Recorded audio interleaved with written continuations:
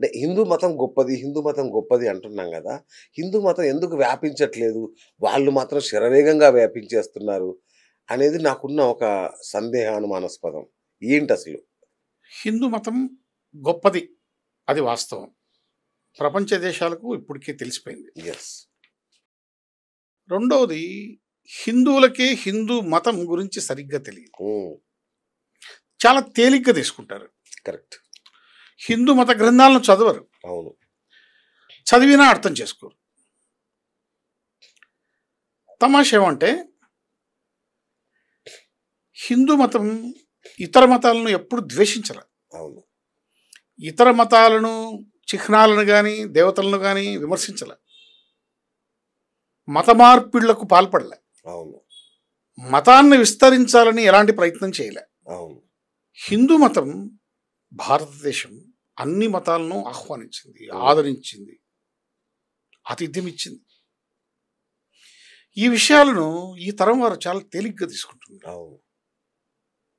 హిందూ మతం ఔన్నత్యం, గొప్పతనం వాళ్లకు తెలియడంలే. హ్మ్. ఎందుకంటే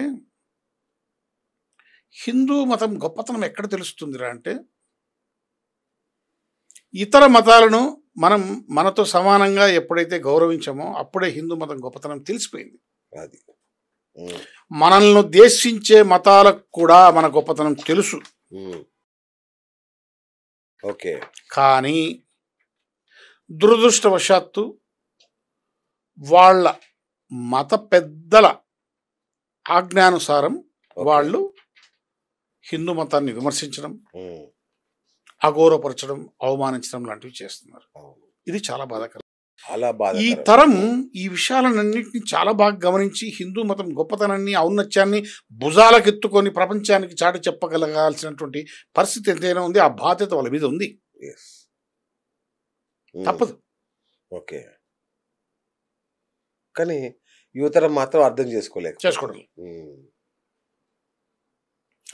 హిందూ మతం పిడివాదం కాదు. ఆ! అనేక ప్రశ్నలను సంధించి, పరిశోధించి నమ్మగలిగేంత సౌకర్యవంతమైన మతం. అవును. అదైతే వాస్తవం. ఇంత సౌకర్యవంతమైనటువంటి మతం ప్రపంచంలో ఎక్కడా లేదు. లేదు. నిజమే. ఎందుకంటే పిడివాదం కాదు. కాదు. అసలు. పిడివాదం చేయదు. నువ్వెలా ఉన్నావో నువ్వు అలా ఉండొచ్చు హ్యాపీగా. ఇదైతే వాస్తవం.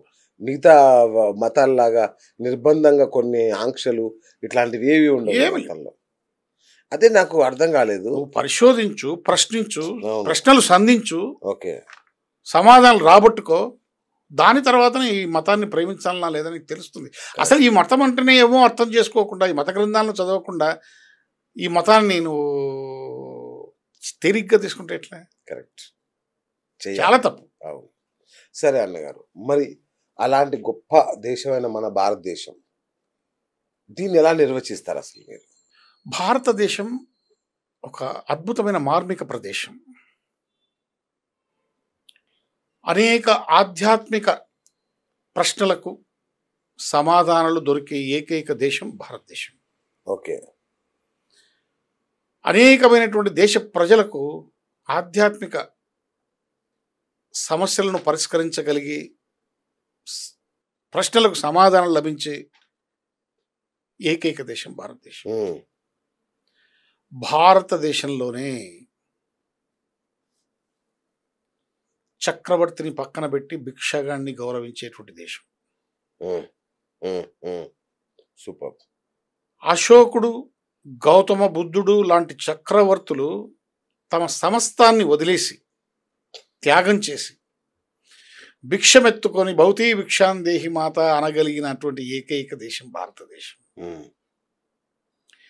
ఈ భారతదేశం మాత్రమే ప్రతిరోజు ఇంటికి వచ్చి అమ్మా భౌతీ భిక్షాందేహి మాత అంటే ఆ ఇంట్లో ఏముంటే అది దాంట్లో కొంత భాగాన్ని ఆ భిక్షుకుడికి ఇచ్చేటువంటి అద్భుతమైన ధర్మాన్ని తెలిసినటువంటి దేశం. అవును.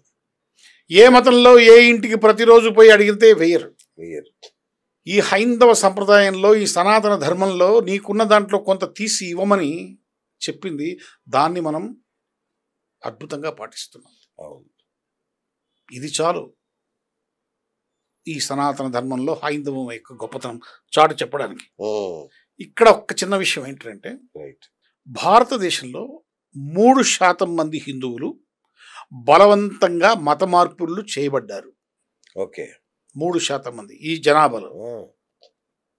గతంలో. ఓకే. వారే ఈ ముస్లింలు గాని, క్రైస్తవులు గాని. ఓకే.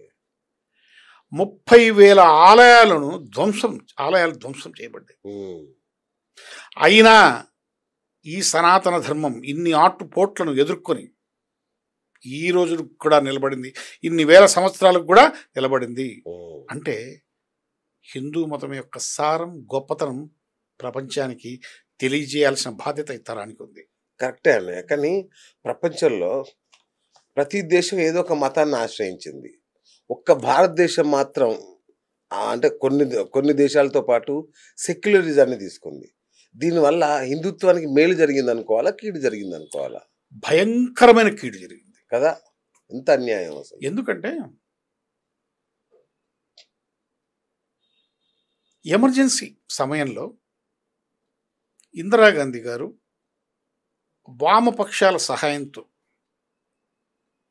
సెక్యులర్ అనేటువంటి పదాన్ని రాజ్యాంగంలో సవరణ చేసి చేర్చారు. ఆ విషవృక్షాన్ని నాటారు. ఆ విషవృక్షం ఇప్పటికి కూడా పెరిగి పెద్దదై మానై పెద్ద మహావృక్షంగా మారుతూ ఉంది. ఒకటి. ఇందులో 2 ఉదాహరణలు చెప్పుకోవాలి మనం. హ్మ్. గతంలో ఇండోనేషియా దేశం ప్రపంచ రామాయణ సమ్మేళనం చేస్తున్నాం మా దేశంలో. ఏ దేశం? ఇండోనేషియా. ఇండోనేషియా. ప్రపంచ రామాయణ సమ్మేళనం చేస్తున్నాం కాబట్టి భారతీయులు తరపున మీరు ఒక టీమును పంపించండి, పాల్గొనమని చెప్పి అని నెహ్రూకి లేఖ రాశారు. ఆ! లేఖ రాస్తే నెహ్రూ ఎంత ద్వేషాన్ని అణుచుకొని మాది ముస్లిం జనాభా ఉన్నటువంటి ఎక్కువ ఉన్నటువంటి దేశం ఆ! కాబట్టి అలాంటివన్నీ మేము చేయము, మాది సెక్యులర్ దేశం అని చెప్పేసి ఎవరిని పంపల. ఆయన స్వయంగా బ్రాహ్మణుడు కదండి. కాదు, ముస్లిం. తర్వాత చెప్తా విషయం. ఓకే. ఓకే. ఆ! Nehru is not a Hindu, is not a Pandit, is a ముస్లిం. దీనికి వేరే ఉంది, తర్వాత మాట్లాడు. రైట్. ఓకే. ఆ! తర్వాత ఇందిరాగాంధీ సమయంలో ఆమె ప్రధానమంత్రిగా ఉన్నటువంటి సమయంలో రజాబ్ నుంచి ఒక ఇన్విటేషన్ వచ్చింది. హ్మ్. అంతర్జాతీయ ముస్లిం సమ్మేళనం జరుగుతోంది కాబట్టి మీ దేశం నుంచి పంపమని అన్ని దేశాలకు పోయినాయి అది ఇన్విటేషన్లు. ఆ! ఒక భారతదేశానికి మాత్రం వాళ్ళు ఇన్విటేషన్ పంపలే. ఎందుకంటే భారతదేశం సెక్యులర్ కదా, వాళ్ళు రారేమోలే, ఎందుకు మనం పంపాలని ఆ! ఇందిరాగాంధీ కల్పించుకొని అది ఎట్లా అవుతుంది, ముస్లింలు ఎక్కువగా ఉన్నటువంటి దేశం కాబట్టి మేము వస్తాం. టీం పంపిస్తాము, మా వాళ్ళు వచ్చి పాల్గొంటారు అని చెప్పేసి బా. ఒక అగ్ర ముస్లిం నేతతో ఒక టీమును పంపించింది. మహాతల్లి. నెహ్రూ ఎలా చేశాడు? హిందువులకు అన్యాయం చేశాడు. ఇక్కడ ఇందిరాగాంధీ ఏం చేసింది? ముస్లింలకు న్యాయం చేసి ముస్లింలకు న్యాయం చేసి హిందువులకు అవమానపరిచింది. అంతే కదా. అవును. నేను చెప్పేది ఏంటంటే ఇక్కడ సెక్యులర్ అనేటువంటి పెక్యులర్ పదాన్ని చేర్చి హిందూ జాతిని అవమానించారు. ఆ! హిందువులకు రక్షణ లేకుండా చేశారు. మెజారిటీ మతమైనటువంటి హిందువుల పట్ల అనుచితంగా వ్యవహరించారు. ఓకే. సో ఈ సెక్యులర్ అనేటువంటి పదము రాజ్యాంగంలో చేర్చడం వల్ల మనకు చాలా నష్టమే జరిగింది. ఓకే. నిజం. చాలా నష్టం జరిగింది. మామూలుగా జరగలేదు. ఇప్పుడు చూడండి, జనరల్ కోటాలో ముస్లింలు క్రైస్తవులు వచ్చి న్యాయాన్ని కోరుతారు. అవును. మైనారిటీ కోటాలో మళ్ళీ వాళ్ళు న్యాయాన్ని కోరుతారు. హిందువులకు మాత్రం జనరల్ కోటా తప్ప ఇంకొక కోటా లేదు. అంటే ఒకే హక్కు, వాళ్ళకు 2 హక్కులు. ఇంకొకటి, చాలా రాష్ట్రాల్లో ఇప్పుడు హిందువులు మైనారిటీలు మన దేశంలోనే. దౌర్భాగ్యం చూడండి. అవును.